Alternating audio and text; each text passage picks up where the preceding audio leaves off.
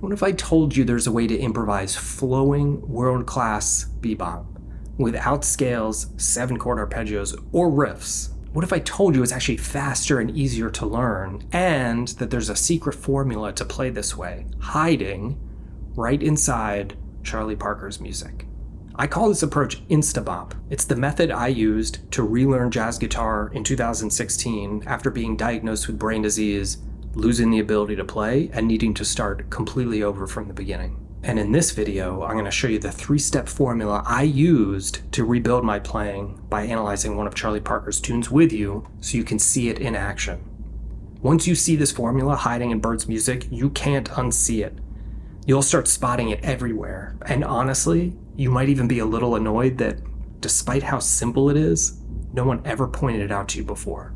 Like my student Rufino. You're automatically playing music. It's so logical and it's so simple that sometimes I'm wondering, like, how have I been doing for the past 40 years?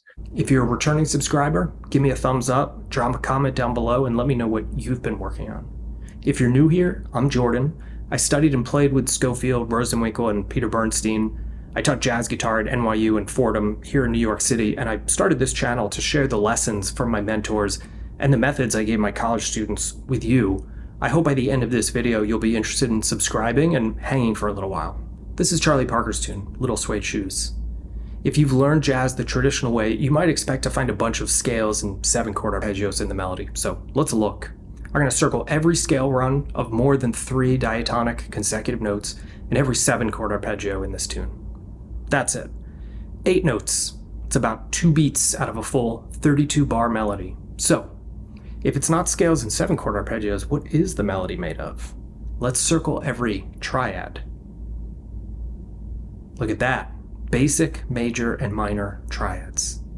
Scales and 7-chord arpeggios, major and minor triads. Now we're getting somewhere. But it begs the question, why don't we sound like Bird when we play just using triads? And if Bird isn't using scales and arpeggios, what is he doing in the remaining uncircled parts of the melody? That brings us to our INSTA-Bop formula. Step 1, quadratonics. Like a pentatonic is a 5-note scale, a quadratonic is a 4-note scale, but it's a very specific type of 4 notes. It's built by taking a triad, 1, 3, 5, and adding 1 extra note. The 4th note creates melodic tension. The triad gives us melodic resolution. So, put together this way, quadratonics give us the ability to structure, organize, and express tension and resolution, to consistently create clear melodic phrases.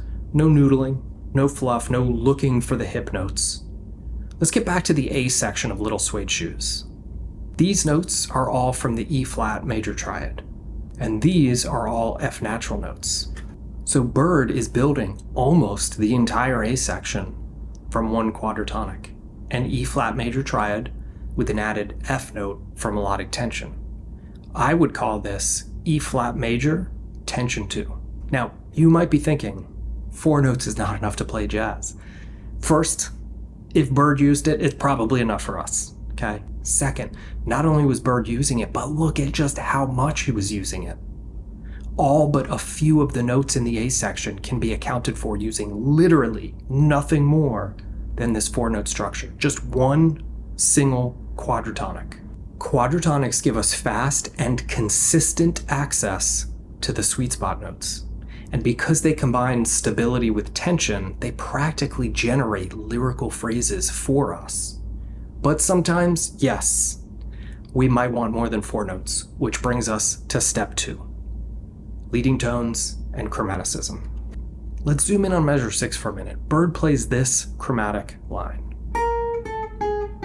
Look closely as we analyze it. It's a line descending from a B-flat note down to a G note. This is a chromatic line connecting the 5th of the E-flat major triad down to the 3rd. So Bird is now using some additional notes, yes, but he's using them simply to connect 2 of the sweet spot notes from the E-flat tension 2 quadratonic. Quadratonics give us the notes that matter for phrases and harmonic clarity. Chromaticism gives us total melodic freedom.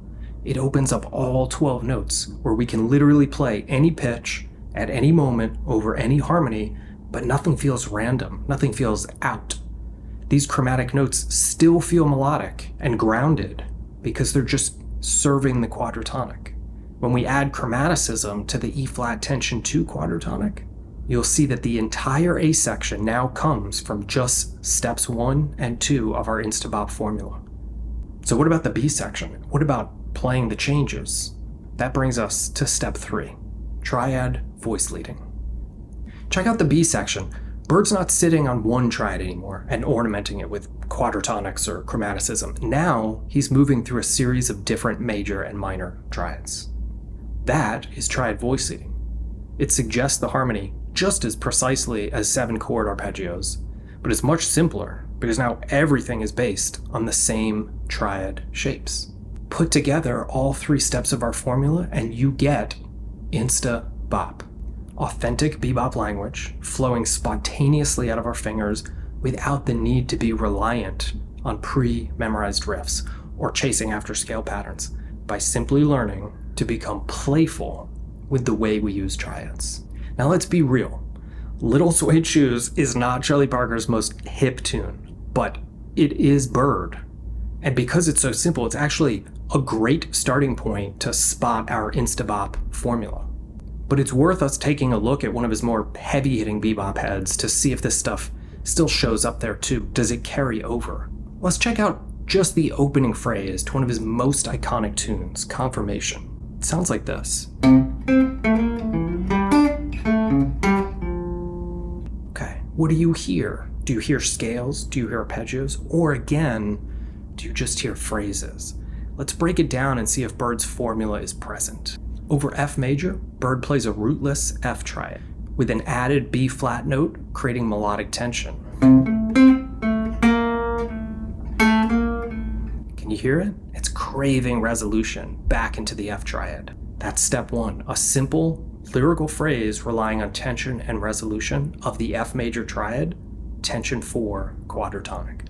Then he walks chromatically up to G. Step 2, chromaticism. What does he do once he's on the G note? He plays a simple G minor triad. Next, step 3, voice leading. He shifts from the G minor triad down to a nearby A major triad. And finally, over the D minor 7 chord. It's not a scale, it's not an arpeggio, it's just a G note, tension, moving to an F note, resolution. This is another quadratonic phrase. Step 1, again. All 3 steps connected inside one killer classic bebop line. These 3 techniques, quadratonics, chromaticism, and triad voice leading, show up in Little Suede Shoes. They show up in Confirmation, and honestly, every page of the Omnibook. Was Bird walking around talking about quadratonics? No, not that I'm aware of. But he was clearly hearing them and using them in the way he expressed melody. Just look. Scales and 7-chord arpeggios, triads, and INSTA-Bop.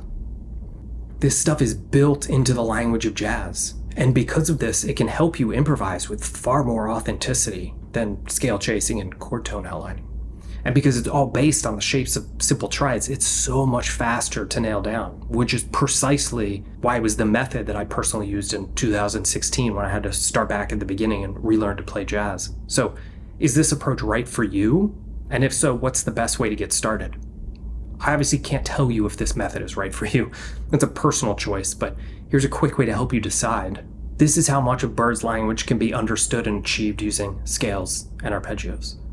To master the type of language he's using in these 2 beats of music requires thousands, maybe tens of thousands of different variations of scales, modes, sequences, patterns, applied diatonic, intervallic leaping, not to mention your arpeggios of every chord type and every inversion put into a variety of evolving shapes as we move them across all of our string sets and their geometric designs shift.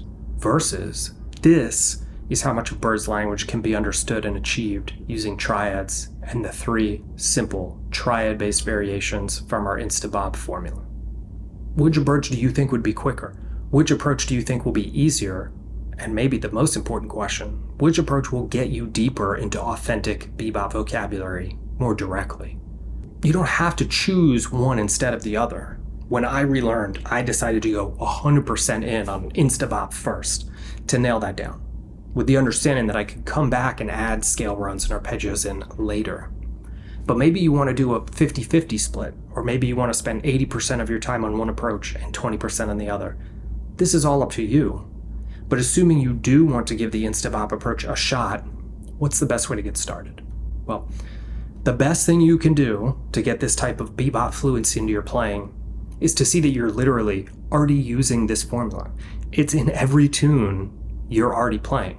So look for them. Take any melody you know, slow it down, and analyze it phrase by phrase. Which of the 3 steps of our formula do you see? Flip through the real book and the omnibook and see how many quadratonic phrases can you find. How many times do you spot a chromatic line connecting 2 quadratonic notes? If you're struggling to find these ideas in the music on your own, or if you just want to save a whole lot of time, I made something to help. It's called the INSTA-Bop Guide, how Charlie Parker and Thelonious Monk use triads, and how you can too. Inside it, you'll find additional bird tunes using triads, examples of Thelonious Monk using the exact same 3-step formula, and how this formula shows up all over the real book, from swing to bebop, at the core of some of the most beautiful, time-tested melodies in our tradition. Once you see that these 3 triad-based devices are literally everywhere, it'll make it so much easier to start practicing them consciously and employing them during your solos, because you'll be able to see and hear that they're already the building blocks of so much of our language. And the confidence this will give you will add a level of authenticity and sophistication to your playing that's very hard to achieve when scales and arpeggios are your primary or even only starting point. So click the link in the description to grab the free PDF guide, and let's get INSTA-Bop flowing from your fingertips fast. And if you want to know what every note you're about to play will sound like before you play it, click here to learn about a 27-minute ear training hack that can help you develop practical perfect pitch to get 0 latency between the sounds you hear in your mind and the notes that come out when your fingers touch the fretboard.